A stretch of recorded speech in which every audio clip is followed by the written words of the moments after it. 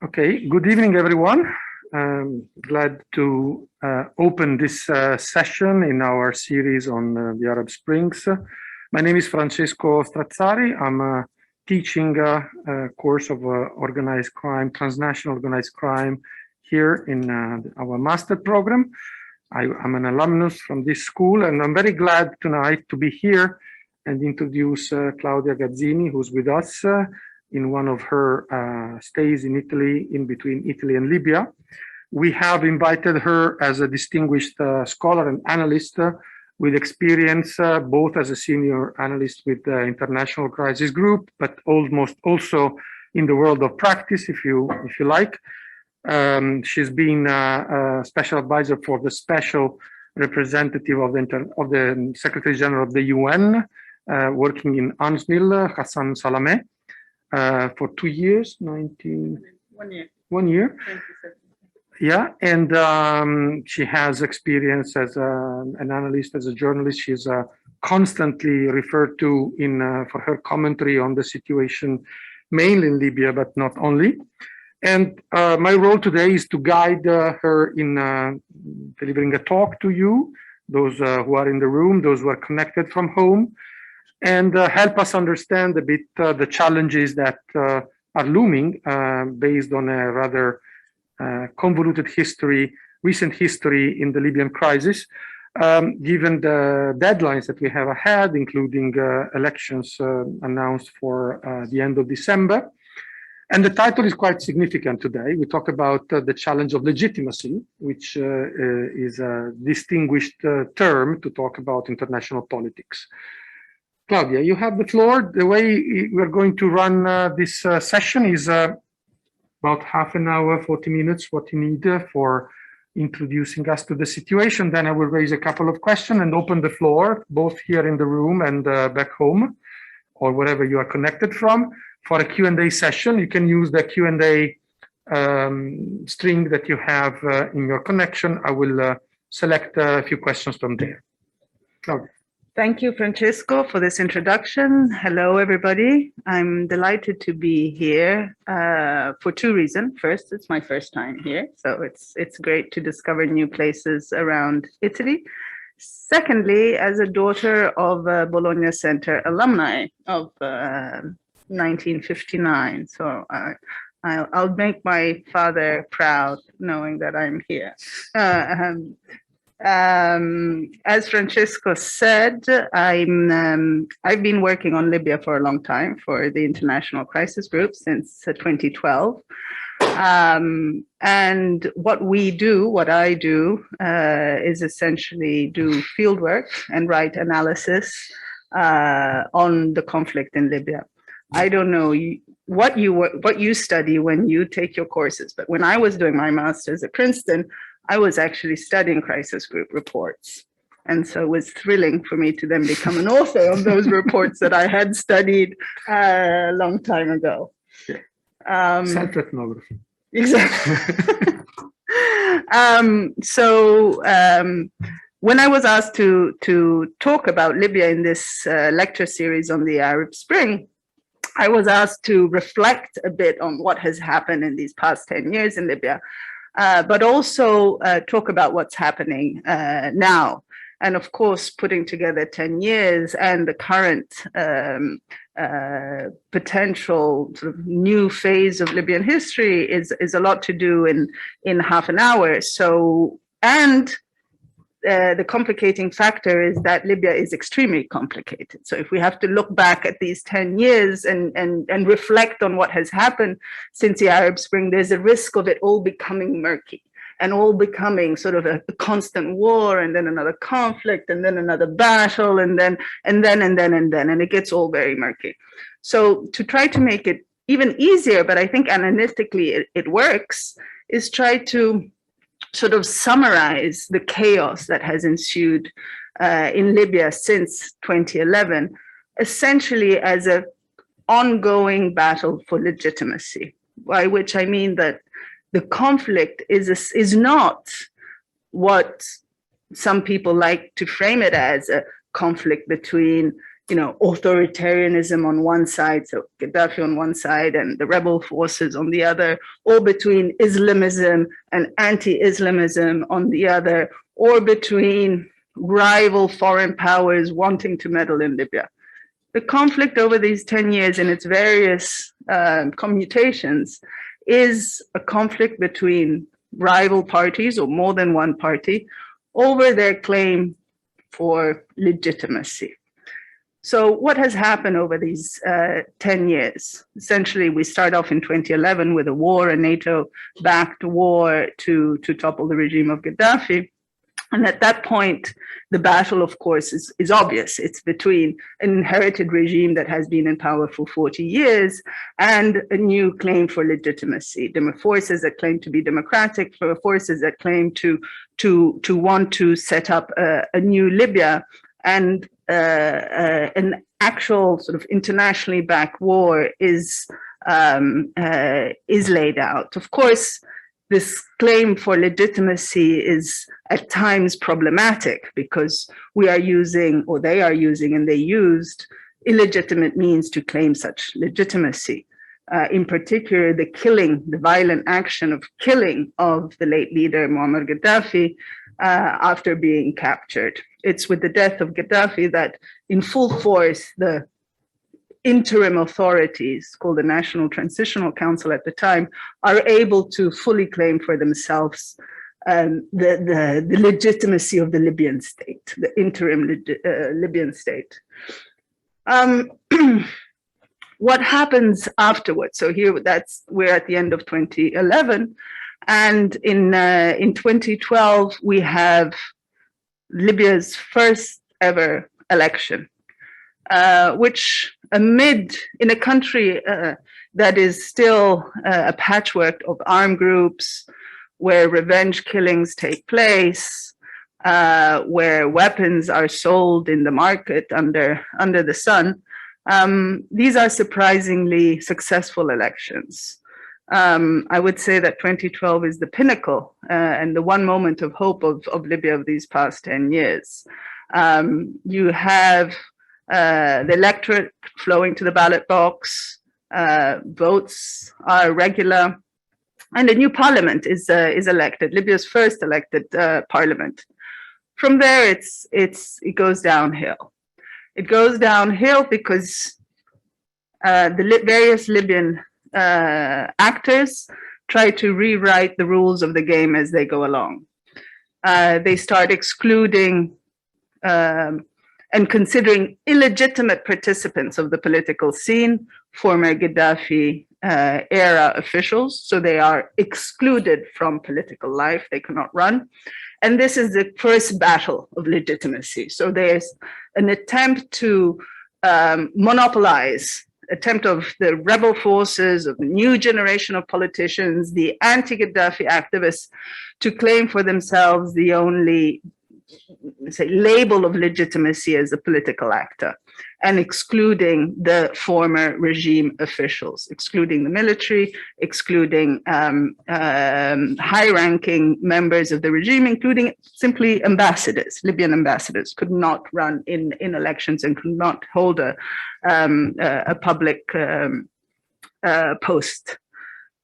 The second election, the country starts splitting, this parliament starts becoming cut through by this rift between these opposing factions.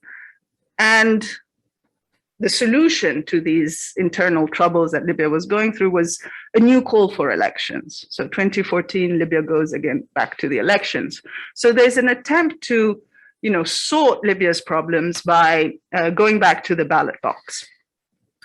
But it is this election that actually throws in full thrust the battle over legitimacy, because it's not the election results that are contested, but it's the actual notion of having elections that is contested in 2014. What happens? Libyans vote, the results are proclaimed, nobody contests the election results. There's a dispute over where the parliament should be seated.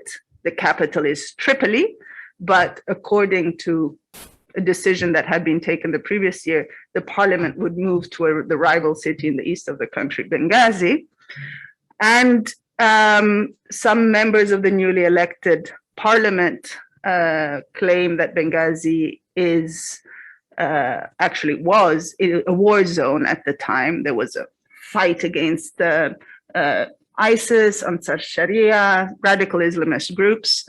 So the city where the parliament was supposed to be seated had actually become a war zone. And newly elected parliamentarians say we cannot possibly put the parliament there. We need to go further east, another secure city. And they place the parliament in Tobruk. And this creates the first splits. Some parliamentarians say that this is against the law, that being located in Tobruk in far eastern Libya is a way to place the parliament under the domination of the Egyptians. And there's a court case. And the court case is to nullify the elections entirely, not based on fraudulent elections, but based on the claim that the election law that led to these elections was passed without a qualified quorum. So they claim that the election law on which the elections was based was illegal.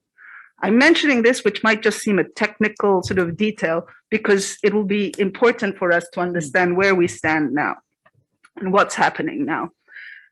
And because of this court case and the constitutional chamber of the Libyan Supreme Court rules in favor of this readings, essentially invalidating the election, Libya splits into two, between those who say the elections are still valid, even though the vote for the election law was invalidated, and therefore the parliament should be recognized, and those in Tripoli who say, no, we disavow that. Parliament will continue to rule on the basis of the pre-existing institutions.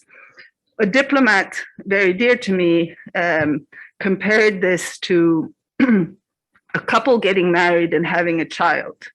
And they said, well, even if the conception was illegitimate, you can't all of a sudden kill a child because its conception was illegitimate. You still have a born child. So that parliament was still born, even though at its conception there was some technical error. So the international community recognized the existence of the parliament, recognized it as legitimate, but Libyan law and Libyan courts considered that parliament illegitimate. And this is what really divides the country into rival institutions.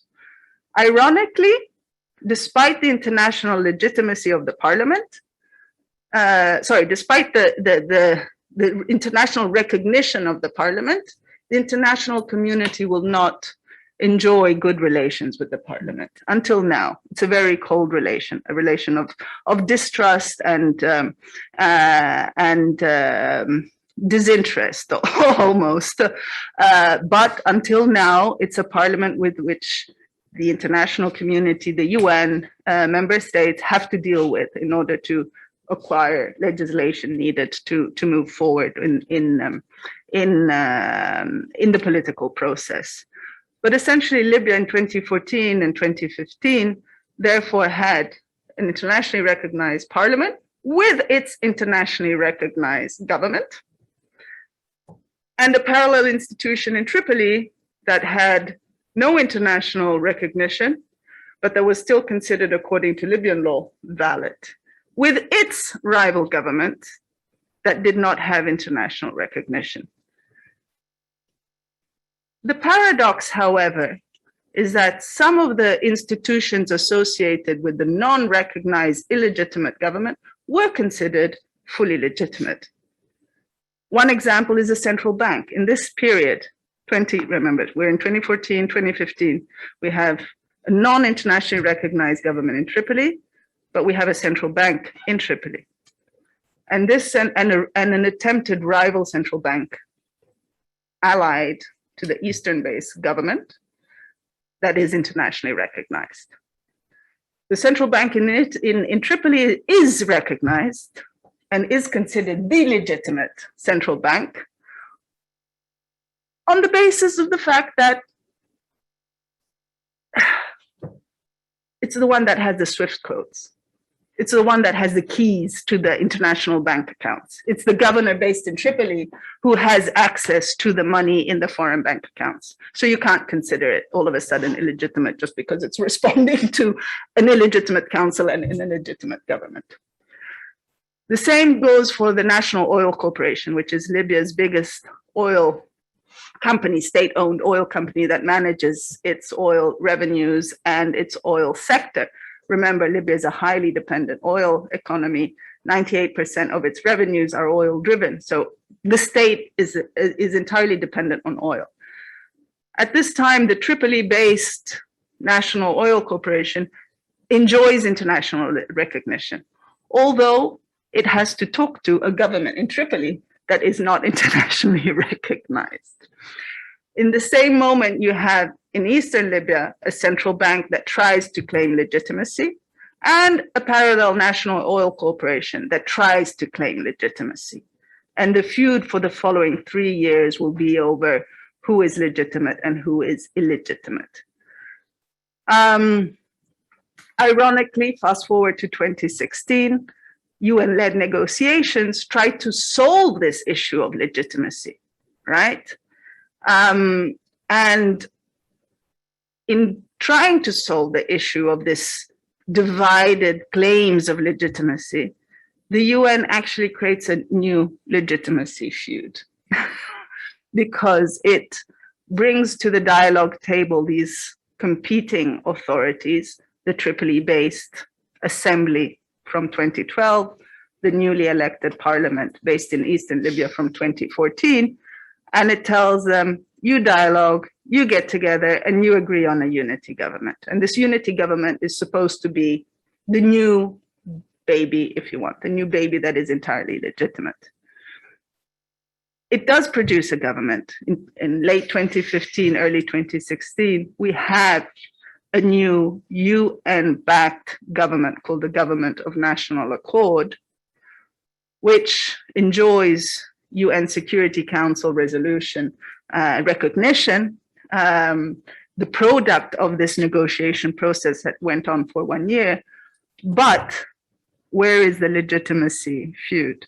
Lies in the fact that this government only enjoys foreign recognition, only enjoys member states recognition, so enjoys international recognition, but it doesn't have domestic recognition because this parliament that I talked about, elected in 2014, disavows this government, does not recognize it.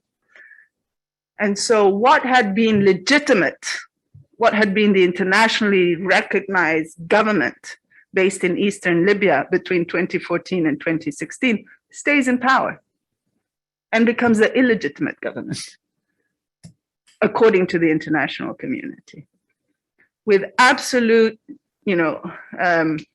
orders from New York, from the Security Council, for the envoys not to interact with members of that non-internationally recognized government based in Eastern Libya. The new internationally recognized government is the one based in Western Libya, in Tripoli at this point, which is the only one the foreign diplomats and the international community were allowed to interact with. So in 2016, we have this new feud over who's legitimate. The international one with UN Security Council resolution, or the pre-existing one with the parliamentary approval. Of course, this continues to have implications in the various fields of the state structure. I already mentioned the divide between rival sort of competing claims of legitimacies of the central bank in Tripoli and in Benghazi, the National Oil Corporation in Tripoli and Benghazi. I did not mention, and this is what becomes even more obvious after 2016, is the rival claims of legitimacies of the armies, of the military structure in Libya. What becomes clear at this point is that you have two separate armies, each claiming to be legitimate. One based in eastern Libya, headed by a gentleman you might have heard of called Field Marshal Khalifa Haftar, who derives his legitimacy and the legitimacy of their forces on parliamentary approval, right? So the parliament states that this person is the head of the army, the commander-in-chief of the Libyan armed forces. And he builds, almost from nothing, from 2014 onwards, what becomes a sizable military force of several tens of thousands of people. Claims to be the legitimate army. Some countries also back this idea that he is the legitimate army, Egypt in particular, which helped train these forces. The Emirates as well. Other countries will join in. And here we have a case where you have international support to military forces that consider themselves fully legitimate on the basis of parliamentary approval, but which the legitimate government internationally recognized does not consider under its own orders. Instead, the internationally recognized government in Tripoli has its own military apparatus that responds to it. It's Tripoli-based, based in Western Libya, and it's a coalition of armed groups that responds directly to the government in Tripoli. So Libya's history from 2011 up until where we are at in this conversation of ours, 2016, 2017, is a divided country with rival governments claiming each legitimacy, with rival offices of the central bank, each claiming legitimacy on different grounds, with rival national oil corporations, each claiming to be legitimate, and rival militaries, okay? This cannot last long, this state of continuous rivalry. At some point, it's going to explode, and it did explode. Tensions accrued. 2019, we have a major face-off and a civil war, again, a relapse into civil war, although there had been occasional clashes in the previous years between these two governments. We have a relapse into civil war with the forces of Eastern-based Haftar and the Libyan National Army advancing on Tripoli and besieging the capital. This war is also a result of this competing claim for legitimacy, because in a certain sense, Haftar and his government were trying to reset legitimacy in their favor. Negotiations to form a unity government between Haftar and the prime minister based in Tripoli, Fayez Sarraj, which had been attempted for several years under the UN aegis, always failed. Either because one side didn't want or the other side didn't want, one backtracked and so on. And so at some point, Haftar and his forces and his international allies felt so confident of their standing that they thought that you could use military victory on the battlefront to reclaim political legitimacy in their favor. Essentially an old-fashioned siege to reclaim the title of the sovereign. And it didn't work out.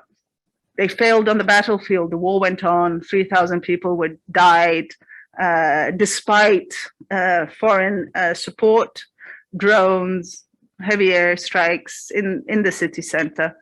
And that attempt to reclaim political legitimacy and the political title through military means didn't work. So we went back to the negotiating table. And the UN produces the government that is now in power in Libya. It's called the Government of National Unity. It was selected by a forum of Libyan negotiators, 74 individuals, called the Libyan Political Dialogue Forum. And on paper, some people would say, and some people did say, that this government was born out of an illegitimate a negotiating format, because essentially these 74 were some representatives of the two rival assemblies and handpicked delegates, handpicked by the UN. they had no legal basis in Libyan law, they say. And so it was yet again this attempt of the international community to foster a negotiation and bring about a new government.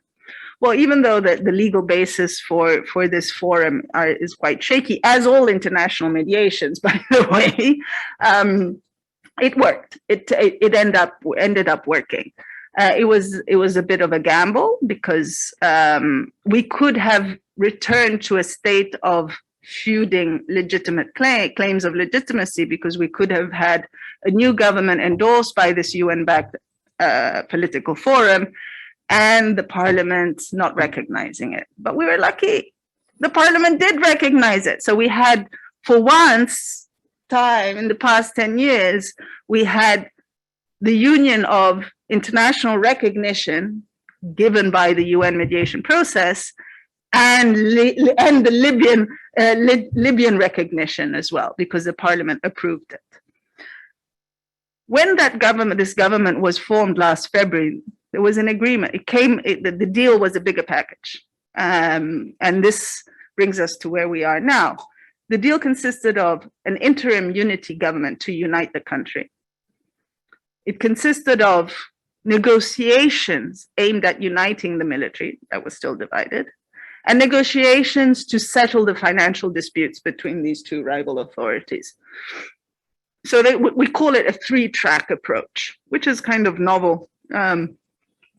Sort of a different way of thinking about UN mediations, which generally are political. But in a country as Libya is, just thinking of political actors as pulling the strings doesn't work. So you have to think outside the box, and this three-track approach was what came up.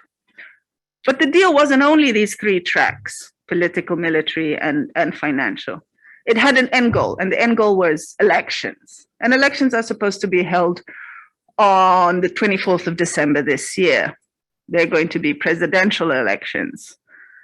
As somebody said recently to me, is it possible to have a president born the same day as baby Jesus? It might be possible, and we might nickname this president Baby Jesus. Of course, Libya holds, why was there this call for elections? Again, to settle this ongoing feud over legitimacy. Because yes, this new government, unity government, does have the international blessing, was created in UN negotiations. Yes, it does have parliamentary approval. That's great. But it's not a government chosen by the people. So it still lacks that dimension of popular legitimacy. And we still have these divided institutions. We still have divided militaries, each claiming to be legitimate, because the one in Eastern Libya doesn't really operate under the command and control structure of the government. We have mercenaries, and we still have not a divided central bank, but we have pending issues that have not been resolved. And the theory goes that to set straight all these competing demands of the rival military authorities, of the rival branches of the central bank, we need an election, and we need a popular mandate that gives power to a new president and parliament. Because only then can the new parliament appoint a new central bank governor, and only with a new central bank governor can we set straight the problems related to the central bank. This is the thinking. This is the sort of the rational thinking about why go to elections, right? So we need a new parliament to make these sovereign appointments that of institutions that are still divided. We need a new election to bring to power a strong president with the mandate of the people, because without that, you're not going to be able to unite the military institutions, because you're going to continue to have Field Marshal Haftar saying he doesn't submit to the government and his army has to be protected, and so on and so forth. You need a strong president to kick out the mercenaries. There are about 20,000 foreign mercenaries in Libya. most brought in by the rival sort of international backers of Libya's dueling parties. Turkey, which intervened to help Tripoli, brought in Syrian mercenaries allied to Turkey. And the Russians, who intervened to support Haftar, brought in Syrian mercenaries to help Haftar, and you have Chadians and you have Sudanese. So another important step in this sort of return to normalcy for Libya is the withdrawal of foreign mercenaries. That was supposed to happen in this past year. It didn't. And again, the logic is only with a popularly elected president can he have the backing and the standing and the authority to finally kick out the mercenaries. Okay? So this is the logic of why Libya needs elections. On the paper, you would think Libya is the worst country to have elections. It sort of fits all the, it ticks the boxes for all the reasons why not to have elections in a post-conflict country. You have a divided security forces. You still have a divided country with people not really being able to go in some parts of the country, so you can't do, free campaigning. You have a polarized media. You have hate speech. You have intimidation of the judiciary. You don't have a fully functioning judiciary because the constitutional chamber of the Supreme Court is closed. So if there are heated battles and contestations over the elections, you don't have a judiciary that can set the issue, settle the issues. But despite, fitting all the criteria for being a country where elections should not be held and where you should go back to the power sharing model of the past, Libyans and the international backers of the Libyan authorities have taken this leap of faith in going for elections. And they're no ordinary elections because they're not just a repeat of the past elections, which were parliamentary. It's the first time that Libyans go to the ballot box to vote for a president. And this is intimidating for many, because this idea that you will have an elected president means that you give a lot of authority, let's say moral authority, to this person. And the powers of this elected president are huge. He's really a president that has the power to appoint the prime minister, dismiss the government, declare a state of emergency. He is the supreme commander of the armed forces. So it's a very strong presidential model, which in a country like Libya, I understand is something that people fear is a recipe to return to dictatorship and authoritarianism. But this is where we are. Some Libyans are very excited about it. Today, the first round of the presentation of presidential candidates closed, and we have 80 presidential candidates.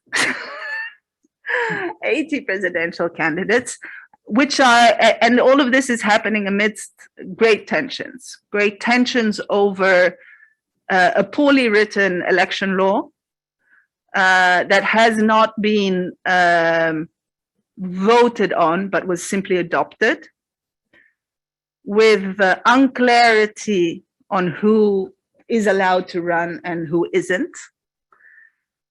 And still not unclear, but still problematic sequencing between presidential and parliamentary elections. So all of this makes us worry that this attempt to use elections to set straight the legitimacy problem that Libya has lived through over these past 10 years could actually reopen a new legitimacy problem, because the risk of not only contested results, but the risk of having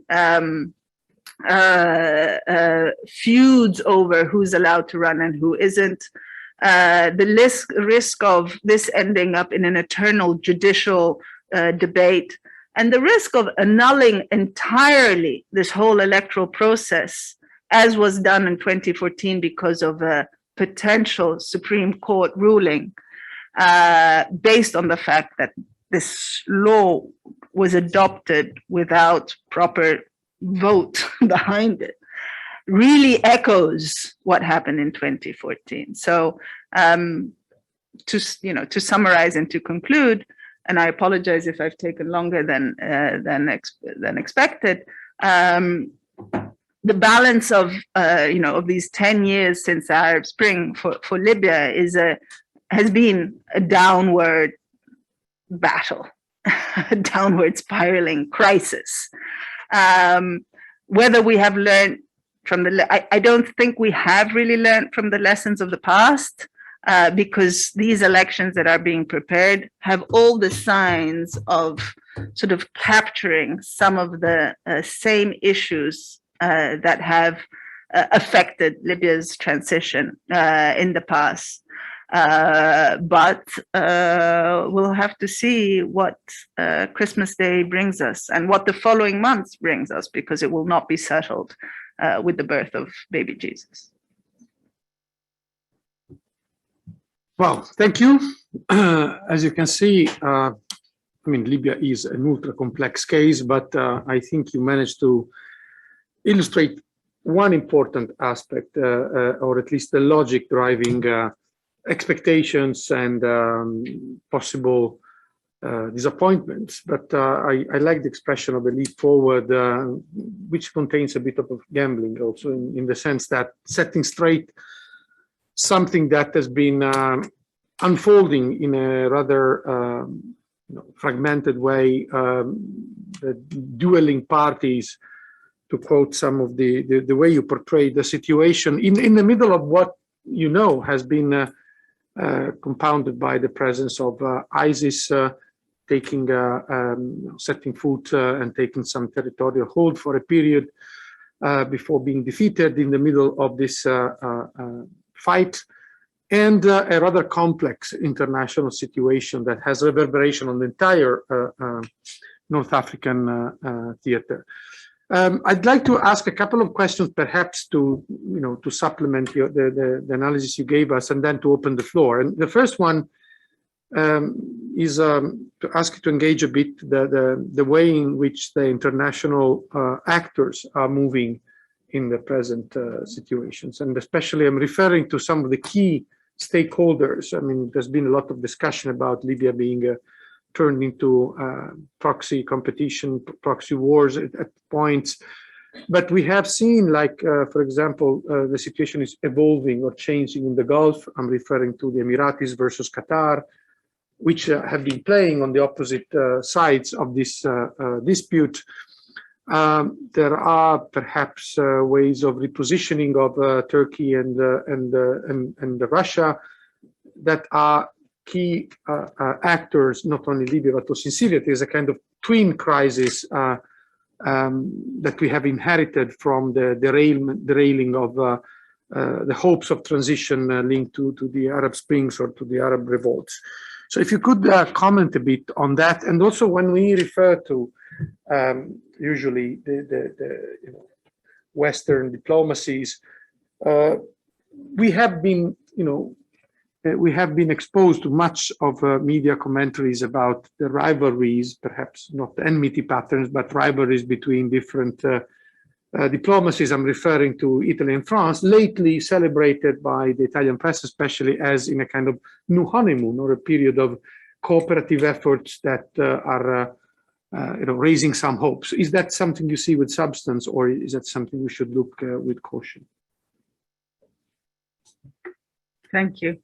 Very valid question. I mean, there's no doubt that Libya's civil war, which worsened after 2015, 2016, and sort of reached a peak in 2019 when the East-based Libyan National Army attacked Tripoli. There's no doubt that all of this was fueled by the regional competitions that were playing out in the Gulf, so between the Emirates and Qatar, was also fueled by intra-Mediterranean competition, which was Egypt and Turkey. Okay, and therefore, the peak of this moment of peak of foreign involvement in Libya, where we see this polarized intervention, was 2019, as I said, when you had Egypt and the Emirates and their European ally France, who maintains very close security cooperation with both Egypt and the Emirates, supporting Haftar in his offensive. And on the other side, you have Turkey intervening to support the Tripoli-based forces, intervening openly, not covertly. It's the one country that dares to intervene openly. Where Qatar provides the funding for the intervention, and funding for previously as well. Qatar was providing funding to the Tripoli-based authorities, even when they were probably illegitimate. And Italy in that phase of 2019, it was clear where Italy stood, because Italy was the one country that still kept open its embassy in Tripoli during the war. So Italy clearly stood with the Tripoli-based authorities. Come 2020, and you start seeing a partial resolution of the intra-Gulf dispute. You start seeing by mid to late 2020 an incipient dialogue between Turkey and Egypt. And this helps. This helps de-escalate the Libyan scene dramatically. I think without those two parallel developments, we would not have seen the birth of a unity government. Probably even without COVID, right? Because there's less of an interest. I mean, after the defeat of Haftar on the battlefield, there's less sort of aspiration on behalf of his partners, even in the UAE, to continue backing this military solution that is not producing any results. And so they all go back to all these countries go back to support a political negotiation. And what is also key, and what helps foster that political solution for Libya, is the idea, this very idea that my former boss, Ghassan Salameh, had, which is to open a negotiating track between the foreign actors, actually. Again, these things, you should not take them for granted, because this is not how the UN normally works.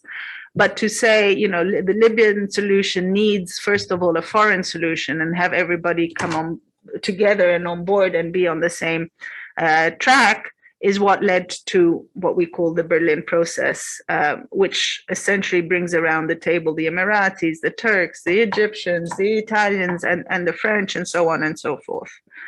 The Italian-French rivalry that you asked about, yes, was reached a low point in 2017, and then I think the two countries started to dialogue more and share views more. Are we in a honeymoon? No. Yes, I mean, there's good relation, Draghi and Macron, you could see them touch each other. But there's a fundamental difference of views that is palpable between Italy and France on the European level, but also that is a reflection of a broader division in the international community now. Because remember, we've lived this past year and a half of evolution in Libya with the mantra of, oh, the international community is united, right? Finally, we have a united international community. Well, I think in the past month, this is starting to crack. It's starting to crack over how we interpret these election laws. Are the election laws for Libya solid and we just press the go-ahead button, or are they problematic? You have France that is not expressing any concern about the election law. Egypt is not expressing any concern about the election law. The US, I haven't mentioned the US. The US is not mentioning any concern about the election law at all. The US wants elections at all costs, okay? Even with an imperfect law. that hasn't been voted on, etc., etc. Italy is perhaps the one country that has voiced most concern about the electoral framework. And as at recent, there was a conference, an international conference on Libya in Paris just a few days ago. And, despite this chemistry between Draghi and Macron that I mentioned earlier, Draghi used a very strong language in saying, not only, expressing concern about the legal framework for these elections. He went one step, which is what the British did. We have concerns and we want consensus. This is what the Secretary General said in a video conference. He said, Libya still needs a consensus on the electoral framework. Draghi went one step further and said, Libya needs an election law. In the press conference, as if the current thing that we call law were not a law, because it's so problematic. This is where we're not seeing that feud and that bellicose attitude, but we're starting to see this rift again, which go back to the issue that we've been talking about here, which is legitimacy. What constitutes something legitimate? Is an illegitimate law legitimate or not? And this is creating a new divide. Wow. Let me pick a question, then I will have more. There's quite a few questions. Perhaps should we start from the room? Is there any question from the audience here? Anybody wants to ask? Okay. In the meantime, I have many from home thanking you for the detailed critical analysis of the situation.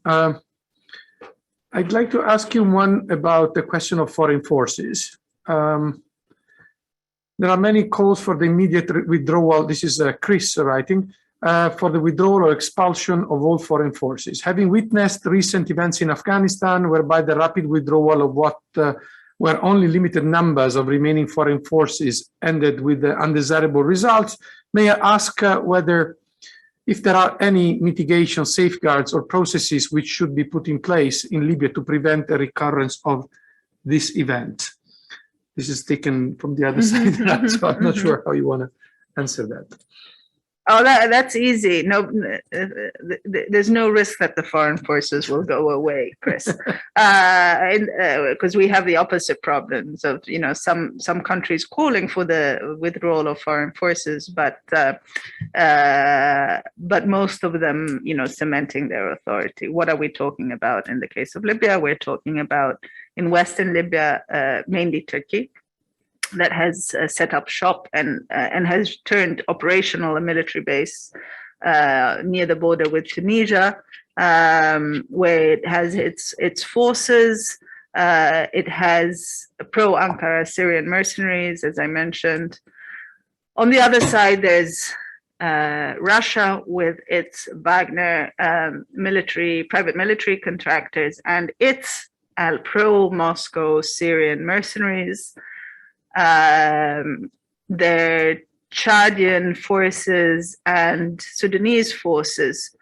As far as I know, the only group that has been withdrawn, this 300 that has been mentioned, I only discovered today, and I admit that they were Chadians. Yeah. So the only ones that have been withdrawn are Chadians, which is counterintuitive because they were actually going to be the problematic to withdraw because they didn't have. In Kufra, no, where are they based? They were in southwestern Libya. The Chadians were the most problematic to withdraw because essentially there was it was difficult for the regime in N'Djamena to accept a return of the Chadian opposition because these Chadian mercenaries in Libya are the armed opposition against the regime in Chad, right? And so the problem was always, you're saying that all the mercenaries have to leave, but where do the Chadian forces that have been living in Libya for the past 10 years and have been guns for hire in Libya supposed to go to, given that they don't have a political process to go back to? The Sudanese were easier in a certain sense because there was a political process and there was a dialogue with the authorities to bring back. Actually, there the risk was of a too quick of a return. And at some point, I think I'm told, Haftar said, please, please, please, don't make the Sudanese go back too quickly because we still need them around. So this to say that there's just no risk of the Afghanistan scenario where you have a quick withdrawal, because the countries that are present in Libya, unlike the US in Afghanistan, have not expressed any urgency or interest to withdraw. It's in Turkey's strategic interest to remain there, have a foothold in North Africa. There's a sort of historical constructed narrative about its role in the former dominion of the Ottoman Empire. It's in Russia's interest to maintain a foothold in Libya, of course, for strategic reasons. And especially now in this moment of strong confrontation with the US, Libya again becomes an easy file to irritate the US, right? And it's always been like that between Moscow and the US. I remember in 2015, when there were the UN-led negotiations that the US was pushing very much for, and Kerry at that time was saying, we need to bring this negotiation to a close. We need to have a new government installed in Tripoli. The Russians were saying, yeah, the Americans want that. We're not entirely convinced that it's going to work. And it didn't work out, right? And so they like to play irritants, and they let the Americans do their thing only to say, see, I told you, you were wrong. And I fear that this might be a repeat of that. Let me ask everybody from home, please don't write in the chat, write in the Q&A. I'm getting to your question there. Many questions revolve around the question of elections. I'm going to pick that question, but I would ask you, I know you've been telling your opinion about that, but one of the media events of the week was the Gaddafi's son catapulting himself into the clothes of the father as a protagonist for the election. There are rumor stories, the Algerians behind, the autonomous voice, highly divisive. We'd like to hear a bit about how you associate that profile with the election. But let's get the question from, if you can say your name, please. Hi, I'm Peter. I'm from the US. On the topic of election law and legitimacy, I was wondering, based on Italy's comment about, they would like to have election law, is there some legitimate mechanism for the interim government to legislate right now and create better election law, or is there just nothing stopping this train towards the election next month? That's it. You don't want to take a couple questions? Okay, let's go for a little round. Anybody else from the room? Basically, everyone here is asking about the future. I get one from Michael now. Given the history of Libya, is it curious that the strong presidential model has been adopted as the model for the new government? Who made that decision and why? Okay. It's a point. Both really good questions. Peter, very good question, because that's what I'm writing about now. Essentially, the problem is the UN-backed process has blessed these laws that have been adopted and issued by the House of Representatives, which is Libya's parliament, although they were not put to a vote. And why did they do this? And this will explain then how do we correct the process. They did this because it wasn't supposed to go like that, okay? The UN sort of negotiation framework established last year said, let's have elections on 24th of December, and let's have the two rival institutions, the parliament and the rival assembly in Tripoli, negotiate amongst themselves the constitutional framework for these elections. These two bodies failed to reach an agreement, was expected. So the UN plan had a backup plan, plan B, which was, let's bring those 75 people that I mentioned earlier, this forum, the Libyan Political Dialogue Forum, to negotiate and come up with their constitutional framework for these elections. They met. In the meantime, there was a change of envoy, so different negotiating strategies. Remember, it's a very personalized. We talk about the UN process, but it's really the SRSG process. So every special representative has their pitch and their priorities.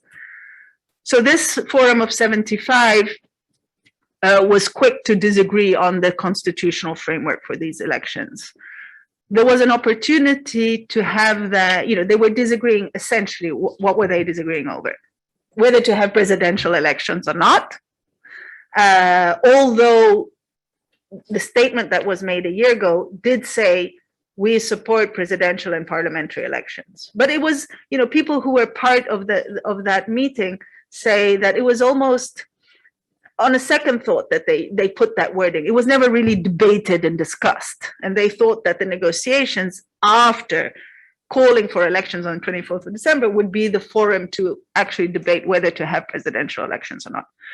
So this Forum of 75 could not agree, with one side not wanting parliamentary elections, but presidential elections, and wanting instead to bring to full completion what is called the constitution drafting process. Libya has a constitution draft, but it was never adopted. It was never put to a vote.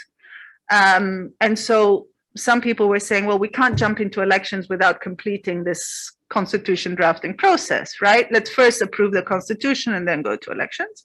So this is what one faction wanted. The other faction wanted absolutely presidential elections and parliamentary elections to be held at all cost. There was an opportunity to put it to a vote, right? If you can't have consensus, then what are you going to do? You have to. How are you going to solve the problem? You can put it to a vote. That's what we as crisis group were suggesting at the time when there was an impasse on this. We said, there's a deadlock in the dialogue forum. Put it to a vote. You reached an agreement on the new government only because you put it to a vote, and one coalition won by a slim majority, just a handful of votes more. So you have to do the same this time. The UN apparently decided, opted out of putting it to a vote and just froze this dialogue forum and said, it's born dead, we're never going to get an agreement from them. So then they turned to the parliament, which is the internationally recognized legislative body, and they said, okay, we couldn't get a consensus from the two assemblies, we couldn't get a consensus from the political forum, so please, Parliament, go ahead and do the law. And the Parliament used to be divided. You might know the Parliament is a big thing. It's 200 people in Libya, but essentially, although now it's reunited, it's split between those who are loyal to Haftar and to those who want to see a strong presidential model, and those more loyal to Tripoli, which physically means that most parliamentarians are physically based in Western Libya and in Tripoli, and a smaller minority is physically based still in Tobruk, where the parliament has its seat. So it means that this relatively small minority is the one that is most present in the parliament in doing things. Okay, so they came up with this law, which unilaterally embraces what that faction wants, which wants a strong presidential model. And what they did was to essentially copy and paste what was in the constitution draft and say, these are the powers of the president, and they put it there. They also adopted presidential candidacy requirements that that fitted their interests. So no double nationality, all military can run, anybody who's a military can run. And this is a big departure from the past, because in Libya, military are excluded from political life.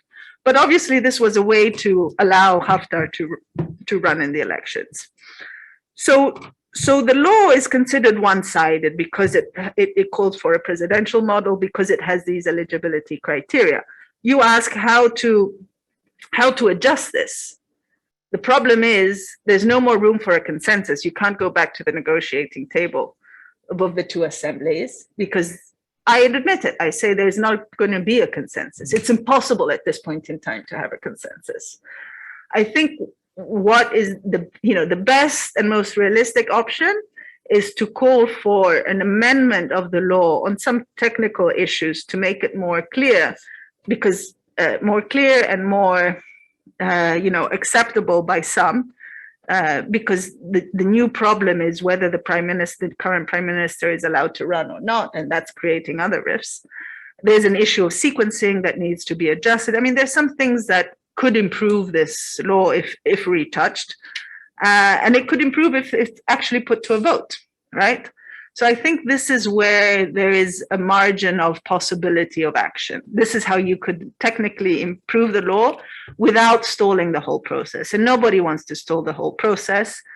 But because again, some of my colleagues, not crisis group, some of my other analysts, world colleagues are, writing now saying, we need to stop this. We need to stop elections in Libya. We need to postpone them and we need to go back to the negotiating table.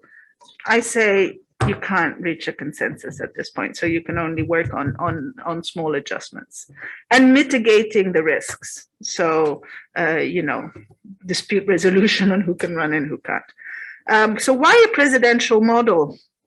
Somebody was asking. Yeah, it is counterintuitive in a country like Libya. But first of all, there's a certain nostalgia for this strongman model in Libya. There's a cult of personalities, if you want. It's not about processes, it's about people. So many Libyans actually want that figurehead to represent them. There's also a strong disillusion and failure, I think, of the parliamentary political system in Libya. Because Libya is one of those countries that doesn't have political parties, and the current parliament was formed by individuals running on an individual ticket, right? So there was no political structure behind them and no willingness or need to build coalitions. So people were elected for who they were as an individual in their communities rather than for a political model or objective or platform that they were fighting for. So this has meant that the parliament has been always very dysfunctional, unable, it goes back to petty personal rifts and inability to compromise or create coalitions. So there's this disillusionment towards the parliamentary model. There's a failure of the power sharing model, right? Because these UN-led negotiations led to the formation of governments that were a coalition of the different sort of, generally speaking, political, intellectual forces in the country. And so people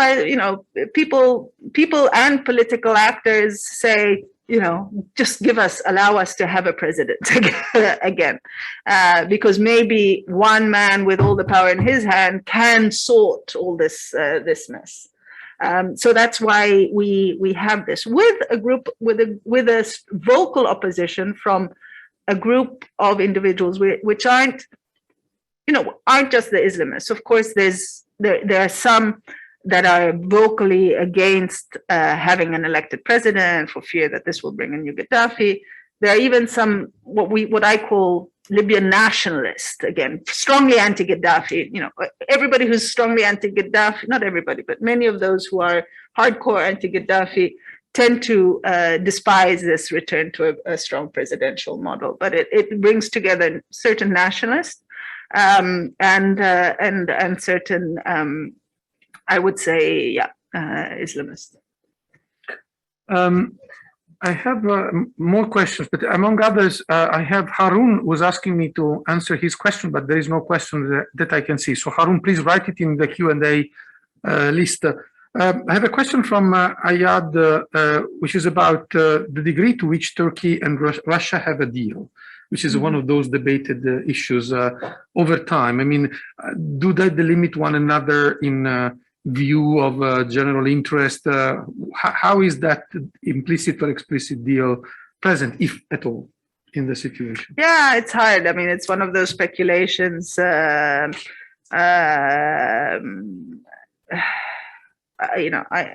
It's hard to see them actually having a deal because the few times where we're seeing them try to come together and actually work together for an outcome, that was in early January 2020, when the war had ended. The war, was still ongoing, And Turkey and Russia had both agreed to bring their Libyan allies to the table in Moscow. And literally, the Turks flew in Fayez Sarraj, the then prime minister based in Tripoli, to Moscow. Come to Istanbul, put him on a plane, took him to Moscow with the Turkish delegation. The Russians brought in Haftar to Moscow, and the Russians said, okay, now you two sign this agreement. And the Turks, too. So there was a Turkish-Russian drafted ceasefire agreement. So that was potentially a Turkish-Russian deal, right? And Fayez Sarraj signed because he's more amenable and more eager to comply. And Haftar walked away with the drama situation that really angered the Russians at a very high level. And he said, no, I'm not going to sign. I cannot accept this. So, so there might be a shared interest of the two of them to stay, to keep hold of what they have. But talking about a deal, I think, is a bit too much, because and also another point worth mentioning is that at some point a year ago, there was actually talk of Turkey, pushing and helping the forces of the Tripoli-based government advance into eastern Libya. Okay. So kick out the Russians. And there's rumor that at that point, the Russians did strike the Turkish airbase in western Libya to send a signal of, don't go beyond your capacity. So, last couple of questions. Nobody from the public here? Okay, so Harun is, now I understand which one was his question, is asking about how the international community can create conditions to mitigate the risk of renewed fighting after the election, whether that's a scenario that we can rule out, and in case if there's anything that should be taken into account with that. Again, a very good question. I think we need mitigating efforts before we reach the point of the results, in the sense that we need to have at least a general sort of, there should be an effort to bring together the presidential candidates and have them, first of all, accept one another, because that's not for granted at all, because we have candidates running. Sorry, I forgot to answer the Saif al-Islam question, and I will use this opportunity to answer that. We have candidates like Saif al-Islam, like Khalifa Haftar, who are controversial for some, political constituencies in Libya. Seeing Saif al-Islam reappear after 9 years of absence, donning the clothes of his father, and presenting himself as a candidate in the presidential elections, is troubling for those constituencies that rose and fought against the Gaddafi regime. For many Libyans, it must be said, Saif is somebody that they feel that they can support, right? So he does have a base in the country, and it is these, not nostalgics of the old regime, because there's nostalgics of Gaddafi Senior and there's nostalgics of Gaddafi Junior. But a lot of people do want him. And I remember since 2017, some members of tribes were lobbying actively to allow Saif al-Islam to run. But of course, it's a polarizing development.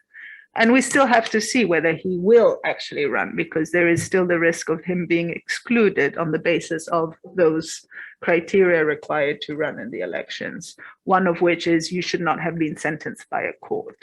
And there's an open debate whether this applies to Saif or not, because in theory, he does have a sentence of a court of 2014 that sentenced him to death. But that sentence was then annulled. So the question is, does that work as an exclusionary criteria or not? And likewise, of course, Haftar is problematic. likewise, Haftar is problematic because he's the one who launched this war against Tripoli. And this goes back to, and the fact that his supporters don't see this as a problem rests in the fact that there are competing narratives in Libya over how that war ended, right? Because in Tripoli, they would say that the Tripoli forces defeated Haftar. Haftar withdrew to eastern Libya and was destined to go out of the scene, right? So he lost the war. Haftar supporters would say he didn't lose the war. He just accepted to withdraw because the internationals insisted that there would be a political process that would guarantee a legitimate competition on who gets to come to power. And therefore, he's a legitimate candidate within the framework of how the war was settled a year and a half ago. So I don't know if that answers the question. Now, we have 5 minutes and 3 questions. I would also love to ask you something about the political economy, but I'll ask you I'll read the 3 questions, you pick one. Okay. How about that? So the first one is about the sequencing you mentioned. It's a question about when could we foresee a new government to be in power? I guess that's linked to that, and that's Theodora. Then I have Katerina asking about whether Haftar and Salih have a chance of winning the presidential election. How about Dbeiba? What could happen if any of those guys win? So crystal ball question here. And finally, Boris was congratulating you on your great analysis and asking about the judiciary, the prosecutor, and the military prosecutor on the list of potential presidential candidates and the acceptance of the outcome of the electoral process. Wow, so a very well-informed audience out there. At 1 minute from the end, so that's why I ask you. Oh no, all very good questions. I want to take them all. So the sequencing currently is like this. There's going to be a first round of presidential elections, in theory, on the 24th of December. There can't be a second round before 52 days after that. So we're looking at early February, mid-February potentially, late February for the second round of presidential elections. And on that same day, there should be the parliamentary elections as well. On the same day. This is as it's currently stated by the head of the Electoral Commission. I'm arguing that this sequencing is not, is a personal interpretation that is not written in the text of the law. So either they amend the law to allow this sequencing, or they have to change the sequencing. Because my biggest fear is that you're going to have a judicial appeal claiming that this sequence is illegal because it's not allowed in the law, and then annul all the process. Okay, this is my pitch of this problem. The sequencing was conceived in that way to maintain this idea of simultaneity between parliamentary and presidential elections. So when are we going to have a new government?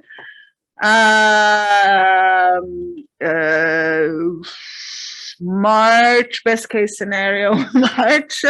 Haftar and Saleh can win, doubtful. There are 80 candidates and everybody thinks they can win, but Saleh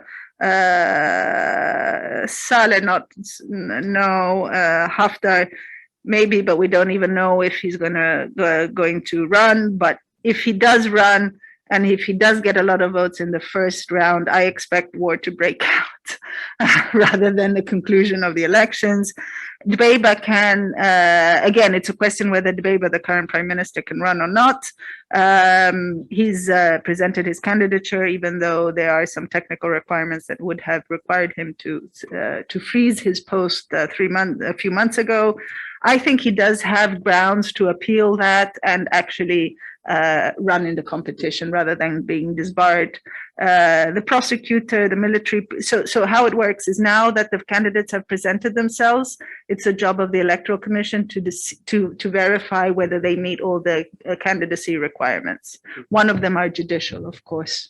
And so that's why the military prosecutor issued a statement saying that Haftar and Saif should be disbarred. But in my analysis, that statement has zero legal value, because the condition for exclusion is having received a sentence. So having been sentenced rather than just under investigation. Impressive. So we're sharp on time. I really thank you for this in-depth analysis of many things that also allowed some who were not completely familiar with the context to put things in perspective. I'd ask you to join me in a round of applause for Claudia, for her to be here. You're always welcome to join us somehow. Thanks for anybody from home for your questions. We didn't manage to go through all of them, but many were answered in as Claudia was already addressing some of the other issues. So I prefer not to prefer to avoid duplication. Thank you very much, and have a good evening, everybody. Thank you from me too. Great questions, great audience. Thanks.